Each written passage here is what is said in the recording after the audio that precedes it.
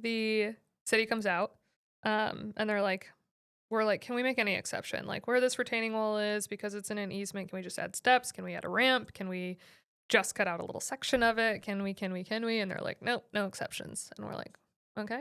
Same thing with the shed. We're like, look, do we have to move this? Like, does it make, they're like, no, yeah, you got to move it. Then we talk about the propane tank, and because it's the city's responsibility, they're like, we'll leave that one. Oh, yeah. Talk that one up. We're good. It's like, oh, so we can make exceptions. That's so nice. Just not for them. me.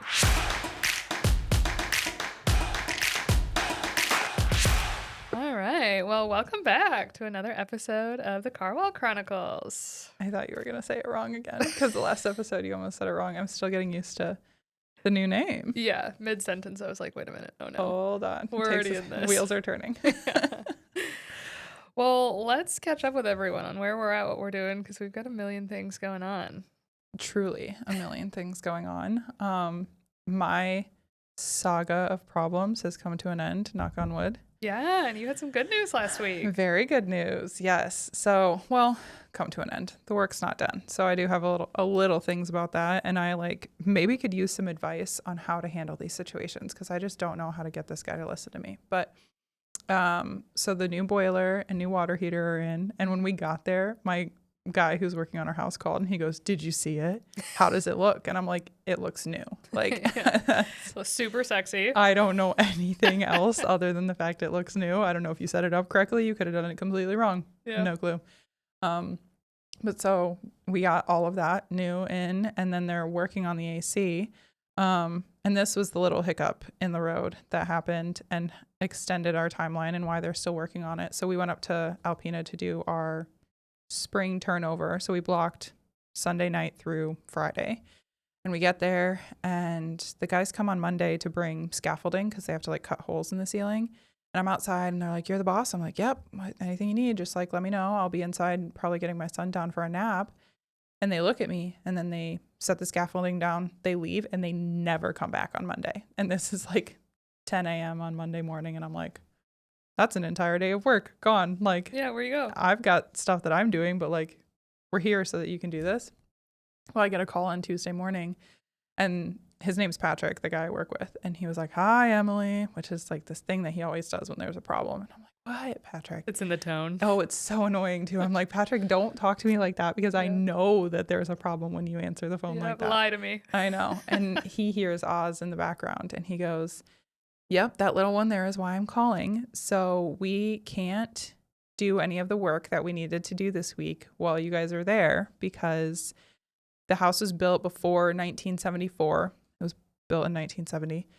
And there's a possibility of lead paint being on the walls, underneath the paint that I've done.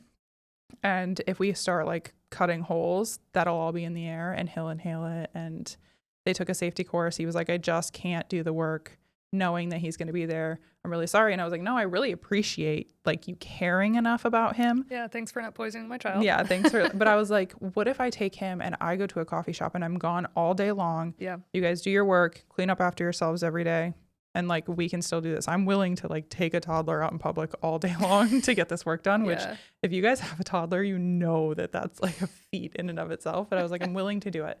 And he was like, "Honestly, it's still going to be in the air the whole time." He was like, "If it was just you and Tyler, we could work with that. But with him there, I don't feel comfortable." So I'm like, "Oh, okay, cool." So I'm coming up with a solution.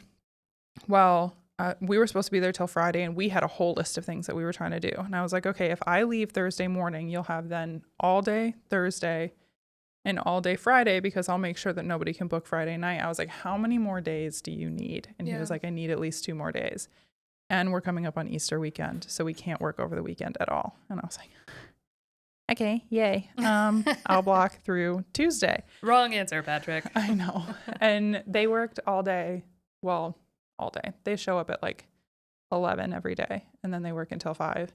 And they worked Thursday and Friday, and then I haven't really seen them there today. But he calls me on Saturday and lets me know that they might not be able to get it done by Tuesday. I'm like, work faster, more men. What do you want? I need it done by Tuesday. I cannot block any more time. Mm-hmm. This is getting ridiculous. I have had one guest since we shut down because of the ice storm, this being a thing, we've had one guest and we are barely holding on here. Yeah. Like, we just came out of slow season. This is not the end of busy season, so I need to get bookings. And so I was like, my cleaner's coming on Wednesday morning to clean up after you guys.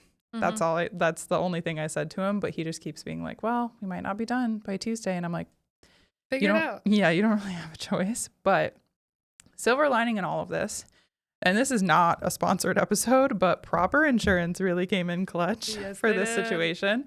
So a part of proper insurance that I think it's like something you have to make sure is included in your plan. I don't know if this is like a standard part of their plans or if it's like an addition that I added on thinking ahead. But there's an equipment breakdown section of my coverage. And if the equipment breaks down because there is something wrong with it, not because it's old and it just like went kerplunk, they will potentially cover it depending on like what the text statement is and you have to submit the claim. But because the boiler had a part go wrong with it, we got the entire cost of the boiler covered. Now the water heater that went out, they determined that was just, there was like corrosion and stuff, so they wouldn't cover the water heater. They're obviously not covering the AC, which is a new thing that we're putting in, but they were covering the complete cost of the boiler and a week's worth of loss of income because that's also included in the proper insurance plan. So we are getting a nice little payout to at least cover that portion of it, which is amazing. How much was the boiler? A little over 11,000, maybe close to 12,000. Oh. Yeah. Oh. Yeah, we're getting a payout of $13,000. That's so nice, dude. I got the email while we were in our mentorship call on Thursday and I almost started crying. I was like, that is huge. That's like, we took a loan from my parents at an interest rate to pay it, and we're going to be paying them back a portion of what they paid us, but then we're keeping a little bit just for cushion until we get to the summer, like actual deep into the summer months. But I was like, this saved me. Yeah. Like actually literally saved the house. Yeah. Proper insurance, man. I just haven't heard a bad experience with them yet. With anyone who has had to file a claim for anything that it covers, they've paid out. Like they don't harass you. They double check that it is. They validate what. Yeah, and they have like a third party service. So basically, like the way it worked is I like submitted a claim, or I think I even just emailed my original guy that I got my claim through, and he was like, "I'll get you to the right person." I had a phone call within an hour maybe of emailing that guy, and I talked them through what happened, and then they decided to file the one claim. So I also asked them about the power outage that went out, and due to like a wire or a tree not coming down on our property specifically, even though it was filed as, or it was determined a state of emergency due to the storm, they just wouldn't cover that. And so that kind of stunk because we did have to cancel bookings and stuff for that. But they just were like, okay, we're gonna have your tech fill out these statements, one for the water heater, one for the boiler, and then send us some information that they ask for to like figure out average ADR or like ADR and like the past 3 months to look at occupancy rate.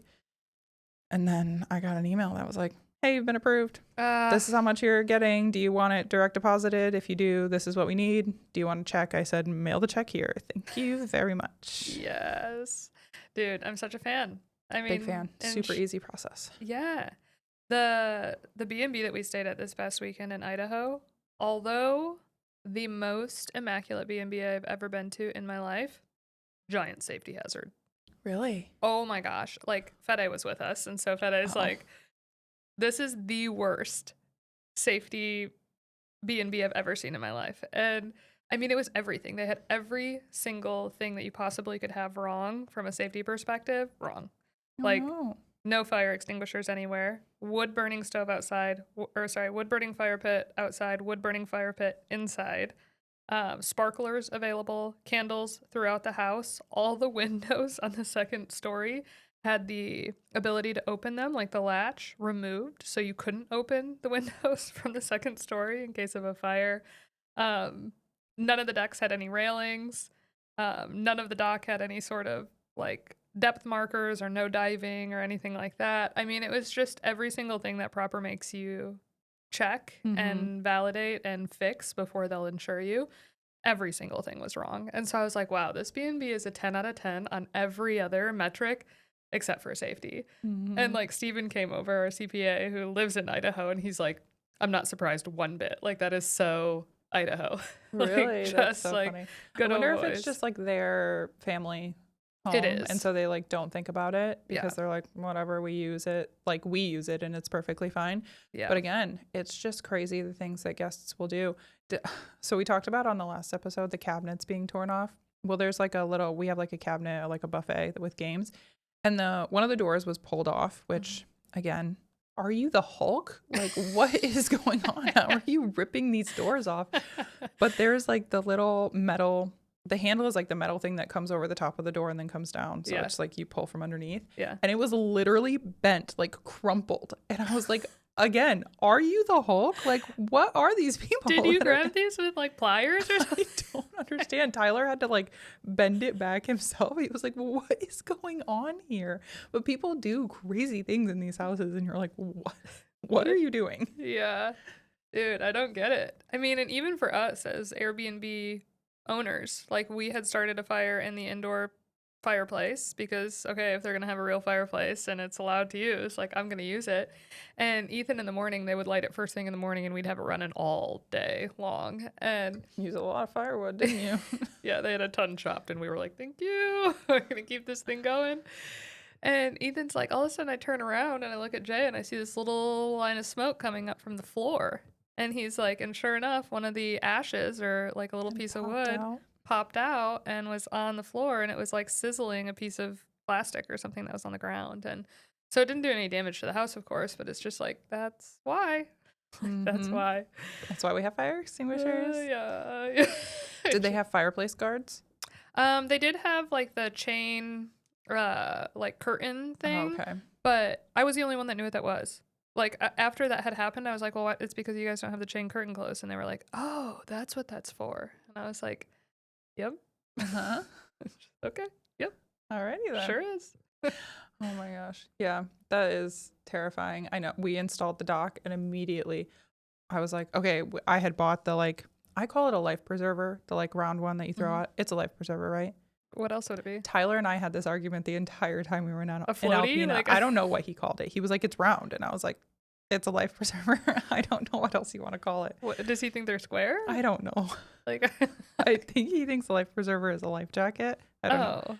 But we just had this whole argument, so I needed validation on that. But I was like, we have to install that on the dock immediately. We already Yeah. have no swimming and no diving signs, because it's like the dock is really just to put their boat on or get the kayaks and Mhm. stuff in and out. The channel's not, people swim in it, but it's not really like supposed to be swimming. Yeah, you're not like getting up in the morning and running out there to hang out Diving there. into Yeah. the channel. Yeah. And so I immediately put it on and I was like, I can't wait to send these photos to Proper to make sure that they have them on file for my plan. And I was like, the things that get me excited are so You're like, they're gonna stupid. be so proud They're of me. going to be really proud of me because they didn't even have to ask me for the photos. I already took them. Oh my god, I'm the opposite. I'm like, quit bothering me for these photos. It's not gonna be there. It hasn't been there. I'm just gonna risk it for the biscuit, and hopefully you insure me through it. Oh, can't. I can't be that. Yeah, It's not me. yeah. Well, and you could tell this house was definitely a house that they were. It must have been their second home, or maybe it's their primary. I don't know, but it was like half of the kitchen cabinets had locks on it. The primary bedroom closet was locked. Most of the Mhm. drawers in the primary bedroom that were like not in the closet were locked. The garage was locked. Like, it just was really obvious that somebody was like the fridge had all the condiments still in it and had quite a bit of food in the cabinets Oh. and things like that. So it's like Zelenka family cabin. They like go up Yes. every weekend and Yes. I will say we got there on the first day and opened up the hot tub and it was brown. And I was like, oh, they have hard water there. Well, that's what I asked. I was like, okay, if this is hard water, but it's clean water, like, I don't care. I'll just wear my rust colored bathing suit in here. And like, I'm prepared. We've got the same issue. But he was like, yeah, it was like, we weren't expecting it to be that dirty from the previous guest. He's like, somebody's coming to flip it tomorrow morning. And I was like, You didn't have somebody flip it before your guest showed up? it's my husband's birthday today. Like, we know that and it's a huge hot tub, it's like double the size of the hot tubs that we have. And so I know that it takes 1 hour for it to heat up 3 to 5 degrees. And that thing it's probably a 600 to 800 gallon hot tub. And so I'm like, if you flip it tomorrow morning, it's not going to be heated up until the following morning. And then I'm like, okay, we've missed 2 nights with the hot tub. We're paying over $1,000 a night. The hot tub is the main amenity. Like I started getting heated immediately. I'm like, where's your sump pump? Where's your chemicals? Like, I'll fix it. Yeah. Like, I'll drain it. It takes literally an hour to do. I know how to do it. I'm familiar with it. Like, and so I told him that. I was like, look, you don't have to pay somebody to come and do it. I know it's late. We arrived, after 5 p.m. They're probably not open anymore. Like, but I can see the sump pump on the side of the hot tub. I just need you to like tell me how to unlock where the chemicals are. Happy to do it. And he was like, we'll have the hot tub team over there in less than an hour. That's what I like to hear. Thank you. He said, please do not touch my hot tub. I think you just like, because I was like, look, I know that if you have someone come tomorrow morning, we're going to have another day where we don't have it. I would prefer that it be heating up overnight. So the 12 hours of it heating are while we're asleep, not while we're awake. And, I gave him the whole 9 yards, and I was like, and we're willing to do it. And so I feel like because we were like offering all the solutions. Oh, and then he goes, our water's really hard at this house, so we have to have someone bring in a tank that has water in it to refill the hot tub. And oh my gosh, that seems miserable. I was like, I'm gonna call your bluff on this because you don't need to do that. I was like, if you're doing that, you should get a product called Metal Gone, and you should put it in the hot tub before you fill up the water, and then you don't have to pay for somebody to come bring fresh water. Like, we deal with the situation. And he was like, and then the next message was like, we're sending someone out. And so when they sent someone out, when they refilled it, it wasn't with a tank. And I was like, it was with Metal Gone. And I was like, oh, liar. Like, I get why you're telling hosting lies. Hosts is the worst. Yeah. I was like, I'm your most miserable client because you can't BS me with the hot tub. Like, yeah. I know how to fix it. I know what it takes. Like, I know what we're dealing with. So, but he handled it really well. Like, I don't know what he had to pay to have somebody come out there and flip that hot tub at 9 p.m. at night on Thursday night, but he handled it really well. So I gave him 5-star and left him a really fantastic review. I don't know what he's going to leave me because I was annoying, but. Well, good for you, because not thinking to make sure the hot tub was ready by the time the guests got there. Yep. Not cool. Yep. And I know we're off season, like the summer rates for that property and high season are like nearly $4,000 a night, and we're paying $1,000. So like, but it's still $1,000. Not the point. Yeah. Like, our properties get up to pretty high in the summer for our market. Yeah. And some of our nights in the winter are not it. Yeah. And I still make sure that like the hot tub is flipped. Yeah. Yeah. So he handled it as best he could, and we didn't have any altercation. And I just feel like I killed him with honey instead of vinegar. Like, I've got the solution. Let me do it. I'm happy to help. Like, we won't complain. We'll just like fix it. And he fixed it. So it was good. Well, good for you. Yeah. That's exciting. So overall, birthday trip, good? Overall, birthday trip, good. And we listed the lily pad for sale. I was just going to bring this up after we were done. Yes. Yeah, it's bittersweet for sure. We were holding out hope a little bit because not this past weekend, but the weekend before, right when we were finalizing all of the information to list it for sale, in the email thread with all the other hosts that are in Lily Township that are going through the same thing that we're going through, they were like, hey, we have somebody who's going to be leading a lawsuit against the city. They've got more information. They're going to have us all meet on Saturday to talk through our options. And I was like, okay, well, like, that's exciting. Like, maybe we won't have to sell. And then we went to the meeting. Such a small town thing. It is such a small town thing.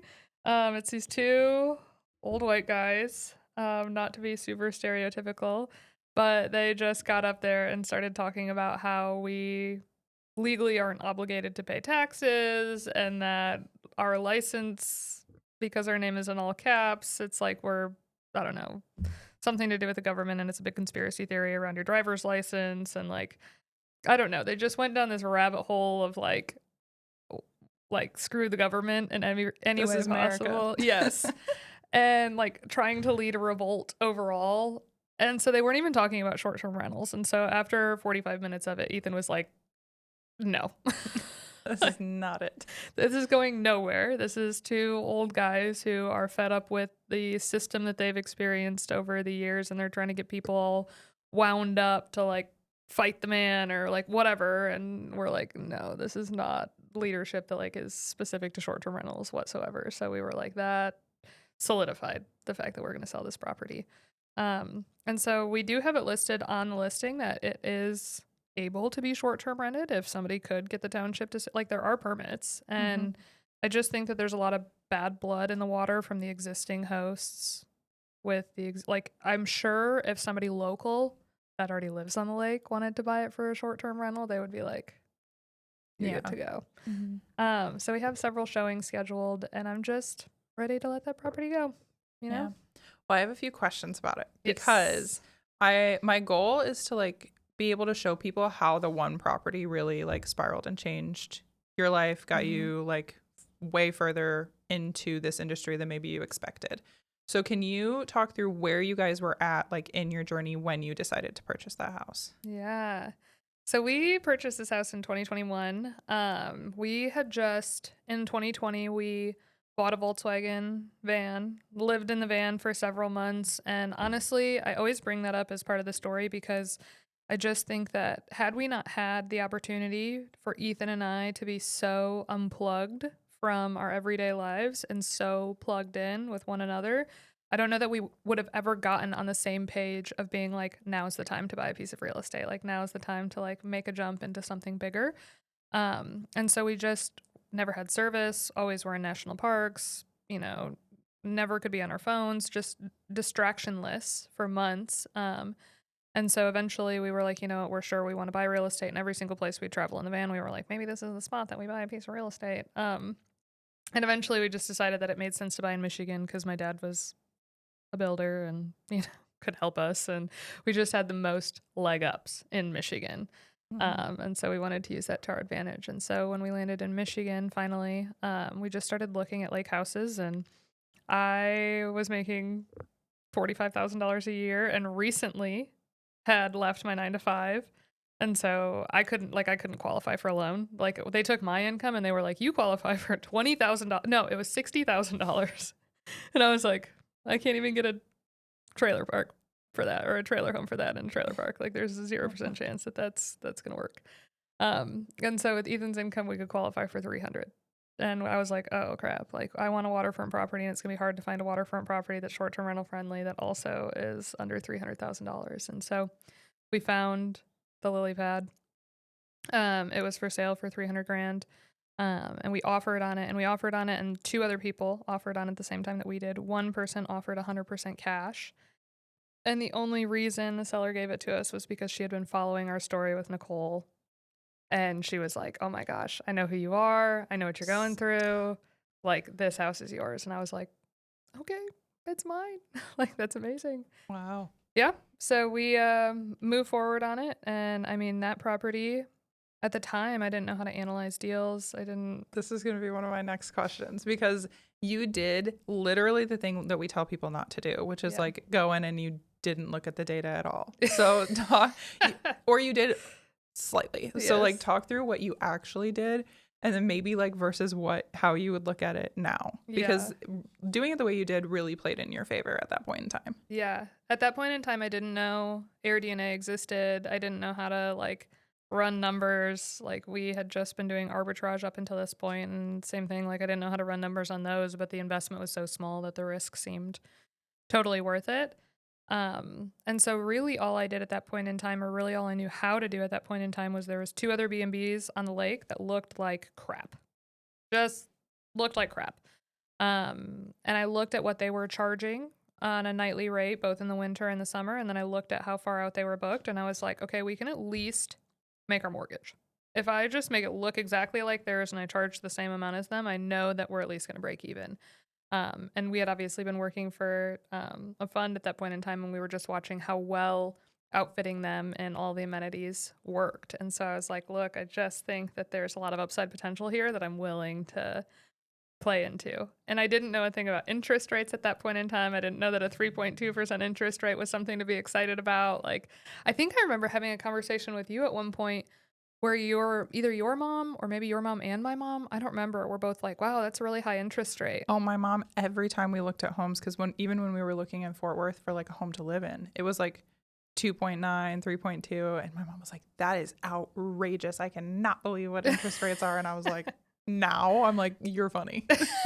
I dream of having that interest rate now. Right. So yeah, it was just one of those things that like, and my mom had taught at White Cloud for 30 years, and this was 25 minutes north of White Cloud, and she was like, "This is not where people vacation. Like, Oh, I this is." remember thinking the same thing. I was like, Yeah. Sarah, where are you looking at this house? Yeah, she's like, you're gonna get not a good clientele." And I'm like, "I don't know, I think it's a great idea." Blinded by optimism. Really works in your favor. That one did. Hmm. Sometimes it doesn't, but that one really did. And so eventually I think probably before we even launched, I think somebody introduced AirDNA to me. And so I was like, oh, now I can actually get a feel for what the competition is making. And so one house was making 65 grand a year in top line revenue. The other one was making like 50 or 55 grand a year in top line revenue. And I had run the numbers on that. And if we had made, I think our expenses in total were like 38 to $40,000 a year. And so I was like, okay, my assumption was correct. We at least would break even and we would, at a minimum make 10 to 15 grand profit if I were to just match what the competition was making. Which isn't super exciting. I was like, at that point in time, I was like, well, that's really kind of what we're making on the arbitrage units. Like, and those cost 3 grand Significantly to less. bring to life, not 90. Yeah. But granted, you're not getting the appreciation, you don't own the property, all the things. So we were just jumping off the ledge, just being like, okay, we want to own real estate and let's see how this performs. Yeah. And so you mentioned the 90,000. So talk through how you got the loan first of all, because I think that like the way that we've gone about it is very different than even how we would go about it today. Yeah. But then also the amount that you put into it and like looking at your competition, what choices did you make for this house? Yeah. So the loan we used on that property was a conventional primary home loan. So very comparable to an FHA loan. The main difference between the two of those is that an FHA loan requires you to live in the property as your primary residence for a year. The conventional primary loan requires you to come in as and live in it as your primary, but it doesn't have that 12-month stipulation. You just have to have the intent be that this is your primary home. And then if something changes along the way, there is no stipulation that like you can't rent it out and things like that. And so instead of 3% down, it is 5% down. So it's slightly higher than an FHA. But the down payment and closing cost for that, because we were doing the 5% down conventional loan and we were going to live in it and renovate it and do the live in reno situation. And we did live in it for 9 months while we renovated it. It was just under 20 grand for down payment and closing costs on that house. And then we put another 65 grand into it for furniture, renovations, amenities, things like that, which now looking back is like such a bare bones budget in comparison to what we put into these properties now. But Mhm. it worked at that point in time. So Yeah. And when you were looking at the other two houses on the lake, because like the amenities now it's standard for us, but like nobody had hot tubs, nobody had hot things like tubs. that. And nobody had, I mean, the photos of the neighbors' properties were like finger in front of the camera on the iPhone, like pictures of their grandkids holding fish, like they would do like the panoramic on your iPhone where it was like get the whole room and so the photo's like this long and it like, is so tiny on the screen and it's like warped and so you couldn't even get a feel for what the inside of the house looked like. And so I was like, this is bottom of the barrel performance on, and they didn't have like any dynamic pricing. So like what they were charging in the winter and what they were charging in the summer was exactly the same. One of the two houses did have a hot tub, but it was like tiny hot tub, lid closed, one photo, last in the album, Yeah. on Not making Airbnb. it seem like it's an amenity at all. No.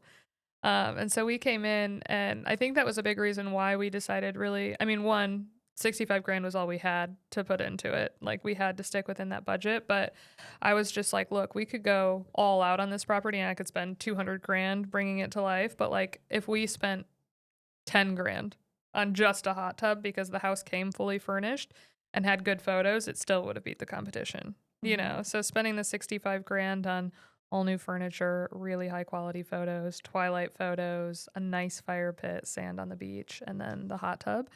Um, the first year we stayed in the property the 3 most profitable weeks out of the year. We spent 4th of July and the week before and after 4th of July there, which was we would have made an additional $15,000 in those 3 weeks. But we ended up making 85K the first year, which was great. We were like, okay, that means that we would have made 100 had we not stayed there the most profitable weeks out of the year, and then the next year it made 125, and then last year it made 150K. Whew. So literally by the end of it, 3x what our closest competition was making. For a what? Technically $20,000 down payment and closing costs. 80K all in, and you're making, I mean, and our expenses were 40K. So like Mm. in year 2, we profited 100% cash on cash return from our initial investment, because we made 80K, and then last year we made over 100K in profit after all expenses paid on that one property. Mm-hmm. Stupid. So stupid. I'm sad to see it go, but I know. That is crazy. So when you were, because you said like you could have just put the hot tub and rented it out, but when you were making the choices for the cosmetic renovations, we talk about this in our mentorship all the time, but I want to talk through what cosmetic changes you decided to make outside of like furniture. Yeah. To bring the house, like update it, because I think that those changes also make a difference in when you're selling it too. Yeah. Yeah. They were all the only non-cosmetic renovation that we did to the house was add the bathroom. Well, add a shower in the bathroom. It was a half bath, and we pushed the wall back 18 inches to add a shower so that there were 2 showers in the house because it was going to hold 10 people. But other than that, it was paint, replacing the drop ceiling tiles with more aesthetic drop ceiling tiles, new light fixtures, new backsplash, new vanities in the bathrooms, new sink in the kitchen. We kept the countertops. We kept the cabinets. We kept all the flooring throughout the house except for the carpet in the bedrooms. We swapped that out to LVP. And that was it. And really, at the time, I didn't understand even picking I was just typing this morning as I was like thinking of what we're going to be speaking on at the Michigan Vacation Rental, is like picking a guest avatar and kind of going all out for that avatar. Because it was our first property, I was just selfishly designing for myself. Mm-hmm. Like, I just wanted the property to look like a place that like we would enjoy, I was going to be proud of, like people like me would be excited about renting. And then it's like the second we launched it on Airbnb, it was like girls trip after girls trip after girls trip after girls trip. And I was like, wait a minute. Like, I had like, that's who I wanted it to be for, but I didn't realize that it was going to immediately have that result as well. So then that kind of changed our mindset towards every other project we've done going forward too. Yeah. And you did some of it in phases because you added the hot tub. I remember you did all of the interior basically, except for maybe the bunks downstairs. Yep. You did round 1, but then you did a few other things in phases over the years. So Yeah. how did you decide how to space those out, and what decisions did you make? Like, did you use the people that were coming there and things they were asking for to make decisions on what you were doing, or how did you decide how to make the other updates? I mean, the things that we chose to do after the fact were just things that weren't going to make or break the property. So some of the phases were the sand on the beach. Like, the beach was relatively sandy as is, but it was really hard to gauge whether having this really nice, beautiful, professionally done sand beach would have an ROI. And so that got chopped from the first phase of renovations. The Adirondack chairs with the patio situation, the pavers that we made around the fireplace, that was a phase 2. And we had a fire pit out there originally. It just wasn't aesthetic at all. It wasn't exciting. It wasn't, eye-catching in any way. What were some other ones that were phase 2s? Phase 2 was the bunks, right? So you decided to sleep more people with phase 2. If I Yeah, were remember the correctly. bunks? Yeah, I think you're, Because you had to update your photos with the new bunks. Yeah, you're right. I don't remember why we waited on the bunks then either.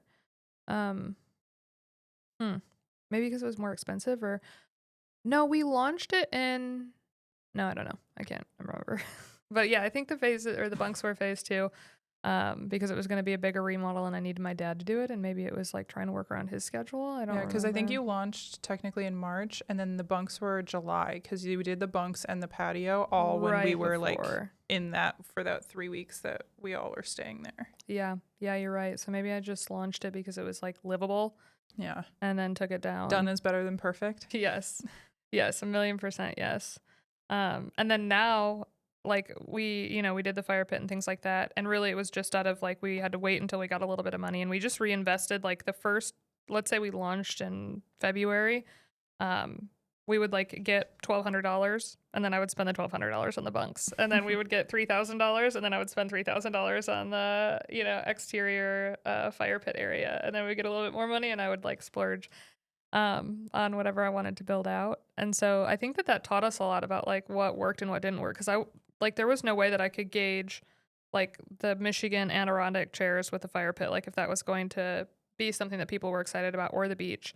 And then all of a sudden when we did it and we just spent the money on the thing that like I wanted as a guest or I was going to be excited about in a property, and I was much more emotionally driven on the decisions we were making at that point in time because it was the first property that I had full control over. We just saw guests, like guest after guest after guest, be like, "Where are these chairs from? Oh my gosh, like I'm looking at this and a few other properties, but this one has a beach and I really want the beach." Or, the guest feedback was really loud. So we were like, okay, yes. Like if we want it, other people want it. Yeah. I have a kind of a tangent to go down that's a little bit about the property, but like just to kind of talk through how you decided the number of people that you wanted to sleep, especially because you then added beds after you had already launched. Because I'm looking at doing the opposite, because looking back at my previous guests, we sleep 8, but a lot of the time it's 6 or less. And like they pay, whether it was 8 people or 6 people, they would pay the same amount anyways. And the bunk beds just come with so many complications. They're harder to make. The liability is higher with them having the bunk beds. So I'm like deciding whether I want to take those out and just put 2 twin beds in that room, because it's a room that kids sleep in anyways. And again, most of the time it's less people than what I originally thought. So how do you decide in a house like that to then go and add more people? Like, how do you judge that demand? Because mine's very clear. Like it's not as many people staying. So, okay, it makes sense. But like, how do you judge adding more people? Well, I have this conversation around Bitely, or I've had this conversation around Bitely and the Rebel Room in Fort Worth with Fede. I do it once a year, and every single time he's like, "Sarah, we just went over this 12 months ago, but sure, I'll go do the research again." Is I will ask them to pull data on how many guests we're having that because I wanted to go lower on Bitely every single year. We added the bunks and I was like, okay, now that the bunks are there, like I want to get rid of the sleeper sofa because the sleeper sofa is nasty. Like it just isn't a great experience. And so I just want to replace the sleeper sofa, but there is no sofa that's a sleeper sofa that's the same size as the one that exists there, or it's like 12 grand to get one that's of the same quality. And so I wanted to go back down. So really bumping it up from 8 to 10, my intent was to then bring it back down. And so I was like, okay, we're going to do that. But then we decided to keep it at 10 for a little bit. And then we had so many people coming with 10, especially in the summer, that I was like, Fede's like, you can't justify taking these away. Like if you had even 60% of your guests that were under 10 people, like then you could like maybe think like, okay, maybe I'm willing to make a little bit less if there's going to be less wear and tear on my house. But he was like, in the summer, it's 10 guests, 10 guests, 10 guests, 10 guests, 10 guests, all the way across the board. And so I was like, damn it. Okay. Well, then we just kept it. And I never got a new sofa. It's just like, I'm stuck with this sofa. Not enough complaints about it, I guess. Yeah. And same thing in the Rebel Room. It's like it's a studio. And so I want to just hold 2. And so every single year I'm like, give me the updated data. Like tell me that 80% of my guests are only 2 people instead of 4. And he's like, no, it's like 50-50. And I'm like, people are sleeping on those nasty ass like cots. Like I'm embarrassed that they have to sleep there. I would be mortified if I had to sleep there. Like they're not cute. So well, location also probably has a factor in that, because they're probably going out to bars at night and just looking for a place to lay their head. I think they probably don't even pull them out. They probably sleep on the sofa. Yeah, I would assume so. Yeah, so that makes sense. Okay, last question, because you just recently had to invest a big chunk of money into LilyPad. That in theory raises the value of your home, but it was a tough pill to swallow. So can you talk through like making bigger investments like that, like pulling from that profit, the $150K, having to pull from that and make big investments, especially knowing, because you kind of had an idea that you were maybe going to have to sell when you made that decision. Yeah. We, our septic system went out at that property, and the existing septic system was a dry well. And I'm not going to get too in the weeds about what that is, but now they're not, in most counties, they're illegal. The house we're working on right now, they're like, you can just put in a new dry well. And I'm like, we're not doing that. We're not coming back to this in a few years. No, and I really do care about the environment. So like, if we're going to do it, let's just do it the right way, especially if it increases the value of the house the same amount. And appraisals in general, like if you are a realtor or you're familiar with real estate investing, you know how like sketchy appraisals are, right? Like you can go to an appraiser and you can be like, here's the money that I put into it. Here's the line items. This is what I want it to show up as. And like 9 times out of 10, it's going to show up the way that you want it to. So it's just a stupid game, right? Stupid game, stupid prizes.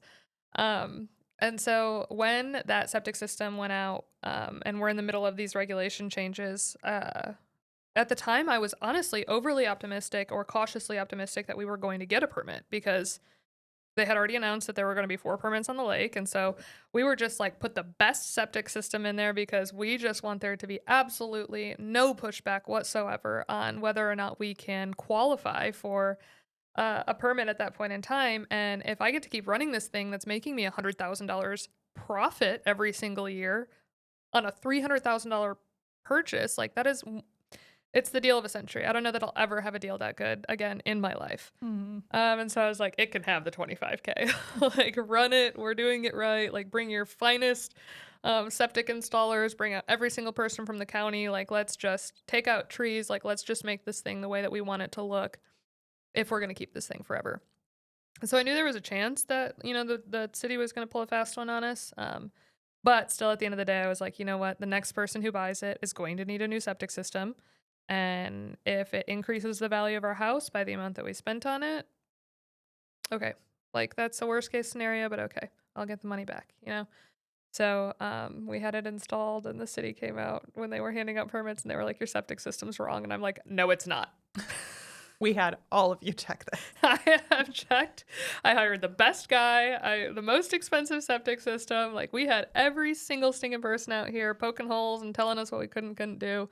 And so they did verify that the septic system was done correctly after fist fighting them over it. Wait, I did not know that. Yeah. It's good? Yeah. But then they came back up. They were like, okay, your septic system is good, but this shed that existed before you bought the property, the propane tank that was placed by the city, is in the wrong spot. And the retaining wall that's been existing that you just replaced with a new retaining wall, but has existed for 50 years, all 3 of those things that you had nothing to do with, you have to fix. And we were like, it seems to me the propane thing the city should take care of. Yeah. So then, of course, the city comes out, and we're like, can we make any exception? Like, where this retaining wall is, because it's in an easement, can we just add steps? Can we add a ramp? Can we just cut out a little section of it? Can we? And they're like, nope, no exceptions. And we're like, okay. Same thing with the shed. We're like, look, do we have to move this? Like, does it make, they're like, no, yeah, you got to move it. Then we talk about the propane tank, and because it's the city's responsibility, they're like, we'll leave that one. Oh, yeah. Talk that one up. We're good. It's like, oh, so we can make exceptions. That's so nice. Just not for me. So if the retaining wall can't be there, what's holding up what the retaining wall is holding up from now on? Yeah, that's a great question. Nothing. So it's just all going to fall out. Yes, it's just now. And then that's going to be a whole new problem for everybody. It's a drainage issue. It's a, yeah. And we're like, okay. Sometimes I don't think that they think things through. They don't. And I was like, okay. You guys have been here. The good old boys come out who have been living in this township for ever and ever. And I'm like, okay, you guys have been doing this your entire lives. Has anyone ever used this easement? And he's like, no. And I'm like, do you think anyone's ever going to use this? And he's like, not in our lifetime. And I'm like, then leave it alone. You're here, Are we having the same conversation? He's like, yep, I understand. It's just we can't have the liability on us. Like, we've got to keep it consistent, because if we make an exception for you, then your next door neighbor who's Airbnb and the next guy who does it is going to give us the same hard time, and then we're going to get stuck in the drama. And it's just everyone wanting to not be involved in the short-term rental drama. Yeah, it's that, but I feel like none of the departments are on the same page with each other. Mm-hmm. Like, for example, the tiny home thing I'm trying to do, my township says, get everything from the health department about the septic stuff before you come to us to present your case. Mm-hmm. And then the health department, it says, no, we're not doing anything until you get the permit from the township that approves you to even do this. And I'm like, can you two talk on the phone so I'm not relaying these messages back and forth? Because this is ridiculous. Yes. Yes. It's the most frustrating thing. So I'm like, all of you need to sit in a room together and talk it out, because none of you are on the same page. Yeah, it's like pulling teeth. It really, truly is. The local governments really do have all the power. Like, actually all the power, which just kills me, but it is what it is. And some of them are really great to work with. Like the other Yeah. side of the state on the projects we're working on now, it takes them like 47 seconds to approve everything. And I'm like, Yeah. how do I clone you? Alpena Township has been very nice to us so far. Yeah. So maybe the east side is where it's at. Yeah. Yeah, maybe it is. I am a west side is the best side girl, but there is something to say about the east side being a little bit more live and let live. Like the west side feels more yuppie and like involved in everybody's business and opinionated, and heaven forbid there be any sort of change. Yeah. I don't love it. Very true. Okay, so to wrap this up, can you list what you bought the house for, how much you made on it over the years, and then what you're selling it for? Because it really has been the deal of a lifetime. It has been the deal of a lifetime.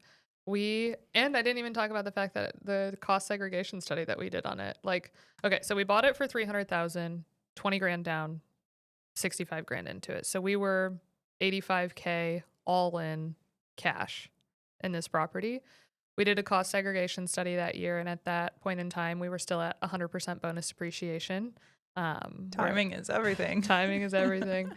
And so we ended up having our taxes reduced by 17 grand that year.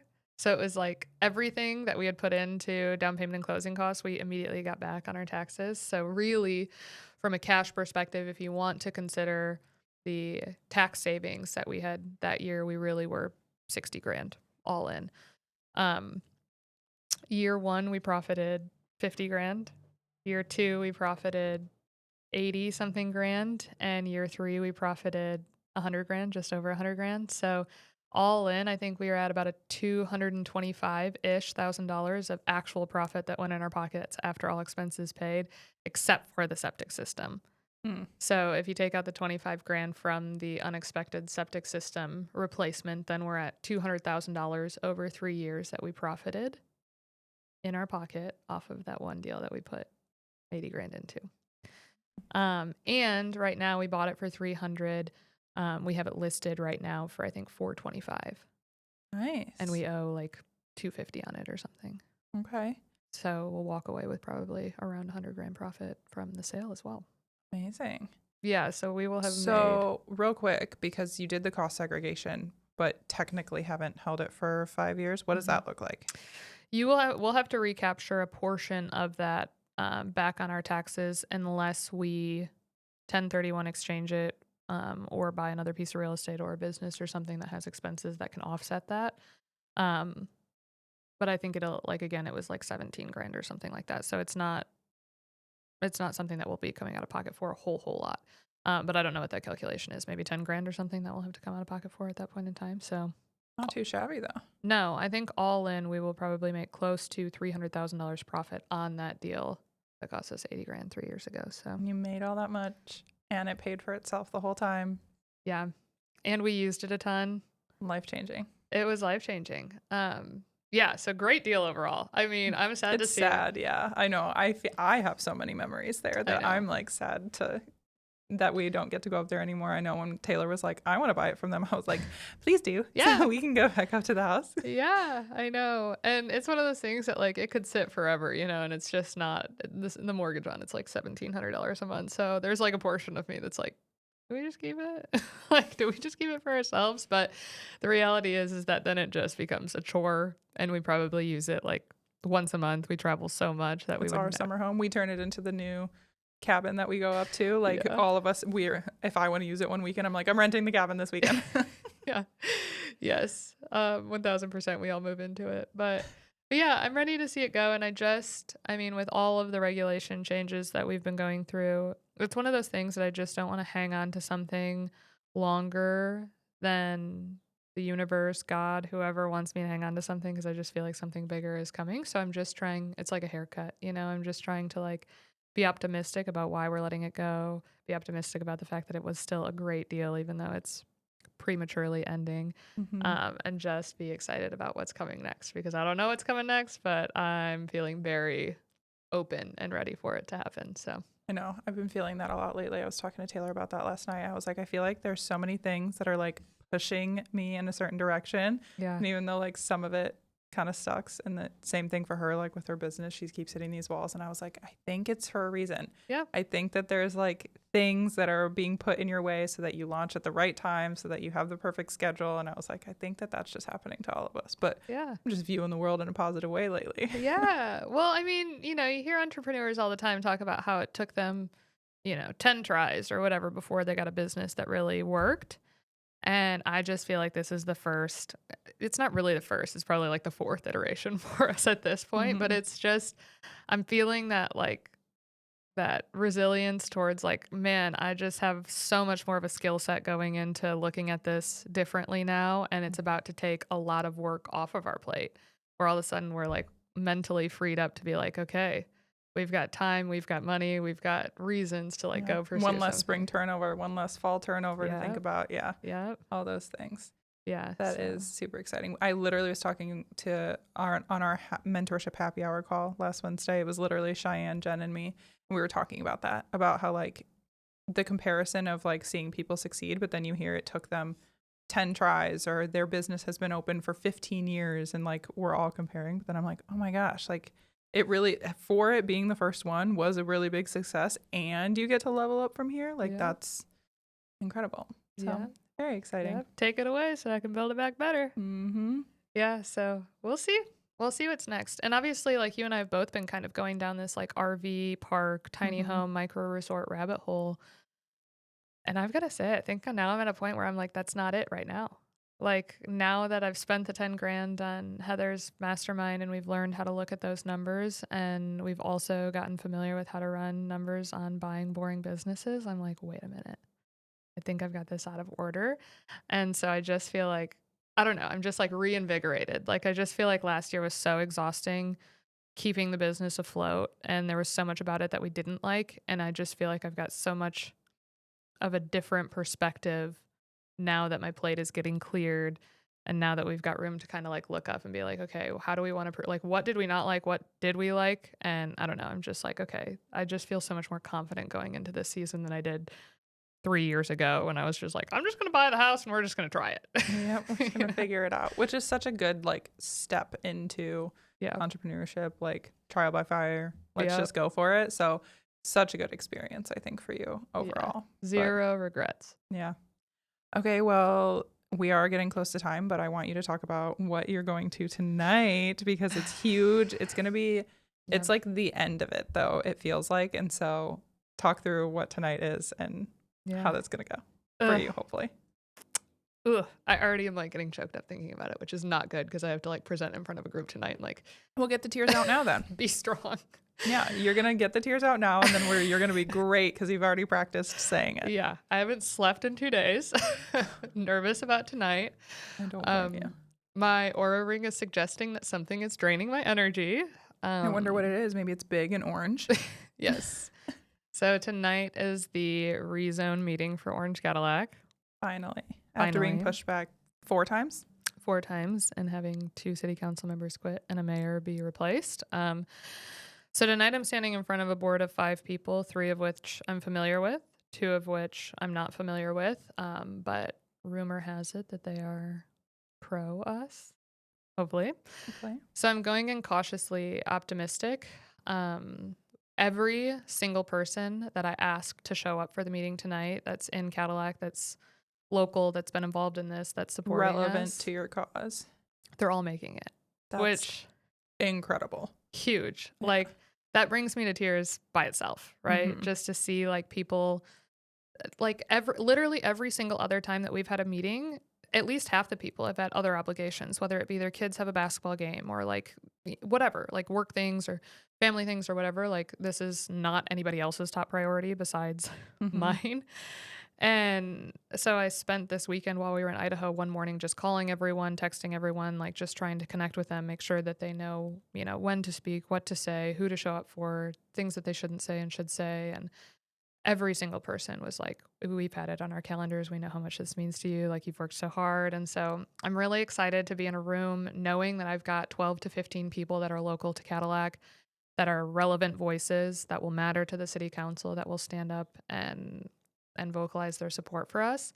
The one person that I wasn't expecting to show up and I didn't want to push because I know that he's like at the center of a lot of the politics in Cadillac is the previous mayor.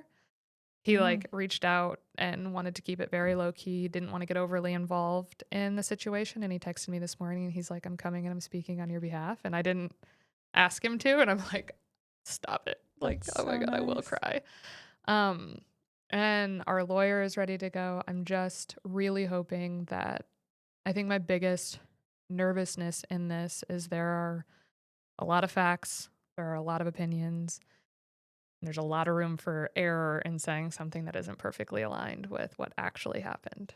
Mm-hmm. And so I don't want something to be said that isn't true that would deter people's opinions That of would people us. would latch on to that one thing and ignore everything else that was said because it goes against what has been set up to this point. Right. Yeah. Right. Right. So I like reviewed it with everyone who's speaking this weekend, any questions that they had, and, just like whatever they were going to say, just like making sure that what they were going to say is true, factual, matter of fact. But yeah, I'm just really nervous for tonight because at this point, my assumption is that the people who are voting have really already developed their opinion. Mm. Like we've just spent so much time like telling them the story. So now it's just a formality of making the vote. Yes, and I'm just praying. I'm just praying that everyone who hates me missed the memo that tonight's my meeting. So I don't have to sit through because like the public comment will happen, and so I will have to sit through people roasting me before I even get up and speak. And that's the Mhm. part that like messes with me the most because like I'll feel prepared for it, and then I just will have to listen to people shit on us. Yeah. And then have to get up in front of those people and be like, okay, let me do it, And Yeah. so that's the worst part is just like the mental battle of like already public speaking in front of 50 people is like already nerve wracking enough when so much is on the line and so much bad blood is in the water and so many people have so many opinions. But then also having to like listen to all of the things, all of the reasons why people hate you right before you get up on stage is just like you're not surrounded by supporters, Yeah. Well, to make you feel better, they don't know you at all. True. So the things they're saying, just don't listen to them because they're not talking about you Yes. because they don't know you. They're talking about your business, which is like something that you care about, but Yeah. they don't know you. They don't know me, and it's just going to be what it is. Even if I don't get the answer that I want, it'll be okay. We're breathing, we're alive, we're still playing the game. Mhm. It's just the investors on it. They all sent me a nice message this morning, just being like, Sarah, go in it with a clear head and just know that, like, whatever the result is, we know that it wasn't a lack of effort. And so it's just, I feel like I've just done the work at this point to put us in the best position possible. And the cards at this point are just going to fall as they may. And I just, I want it to go my way so bad. Yeah. You can walk away feeling good though about everything that you've done. So that's good. Yeah. I mean, if it doesn't go my way, there's nothing else I could have done. It's not Mhm. going to be a lack of effort. So it just, we'll just have to see. Like the previous mayor, when he texted me this morning, he's like, legally, I don't know how they can tell you no. And so I'm hoping, because our lawyer is very good friends with the city's lawyer, I'm hoping that that's the same narrative between the two of them. But of course, like he can't tell me the conversations that are going on behind the scene either. So Yeah. I'm just going to go in and Hopefully he's walking in confident though. yeah, he seems to be, he keeps saying I'm cautiously optimistic. And so he's not, I'm sure there's conversations happening behind the scene that he can't tell me about. And, Mhm. that's just how it goes. Like that's small town politics. And so I'm crying either way tonight. Like Yeah. I'm ending my day in tears tonight. Yeah. Very fair. Well, this episode is coming out soon. So Yeah. the decision has already been made. So if you don't know already, go check out our Instagram because I'm sure you have posted something about it by now, giving everybody an update. So yeah, it's cringe to cry on the internet, but I will be crying on the internet. yeah, cross your fingers for us that it's the result that we the want. result that you want. Yes. Yes. And maybe she'll live on to see another day. Yeah. We'll see. We'll see. Okay, before we wrap up really quickly, we still have some tickets for sale for our retreat. It's May 18th through the 21st at Auto Camp in Zion. And it's like, I have it basically fully planned, timeline all out and everything. And so I'm really excited to finally get there and be able to like meet people. People are DMing and they're like, oh my gosh, I got my ticket. I'm so excited. My accommodation's booked. So I think it's going to be really fun, but we do have tickets for sale still. Yep. So they will likely be for sale up until a week before. So about 3 weeks left of ticket sales. Yep. Beautiful. Yeah, guys, It's gonna be magical. We're really doing it. Hmm. We're really doing it. And if you've never been to Zion, it is one of the most magnificent places in the US. I'm Period. excited to see it. I've never been there. Yeah. You who's anti-rock is gonna be like, I'm not anti-rock. I just think that it's funny that humans are so entertained by rocks. Like every single thing that we go to look at is rocks. And my conspiracy theory is that the aliens put them there to make us gather. They're like, Yeah. I know how to make humans gather. Put a rock there. a pretty colored rock, Pretty a colored really tall rock. an interesting shaped rock. Put it there. Humans will gather. Aliens got me because I'm all about the rocks. I am mesmerized by them as well. Like when we went to Scotland and went up into the Isle of Skye, rocks. Yep. Just rocks that they're taking you to. But I find it hilarious that that's the thing that humans find so entertaining. Out of all the things on the planet to find entertaining. Yeah. Rocks. Dude, they're it. They're literally it. I'm so into 'em. This weekend we were hiking and I was like, oh my God, that's a nice boulder. And Ethan's like, Emily's making fun of you right now. I'm telling you, it's just funny. Somebody else had to have made that realization too. It's not just me. Dude, no, you're just smarter than everyone, Emily. Like, I'm convinced. But yeah, if you haven't been to Zion and you are a national park connoisseur, I guess, or like haven't been to the national park, we have been to so many national parks, and Zion is easily top 5, arguably top 2 behind Glacier. But it's gonna be a trip to remember. And AutoCamp is incredible. The people that we have coming is incredible. I just think that every single time we do one of these, we try and top it. And this one in particular, I just feel like isn't gonna feel like work related at all. You know, like I just feel like it's gonna feel transformative for so many reasons outside of work. Yeah. So, yep. And if you, for whatever reason, can't come those dates, keep an eye on our Instagram stories because we will be launching the dates for the fall one on day 1 of this retreat. So follow us on Instagram. If you haven't, it's at the KarWells. If you're listening to this and you don't follow us on Instagram, you should. We're way more active over there. Yeah, we are. But yes, so we will announce those dates on day 1 of the spring retreat. Yes. Don't miss it. And if you have any questions, send us a DM, send us an email, and we're happy to help. But thank you for listening to another episode of the KarWell Chronicles, and we'll see you next time. Bye.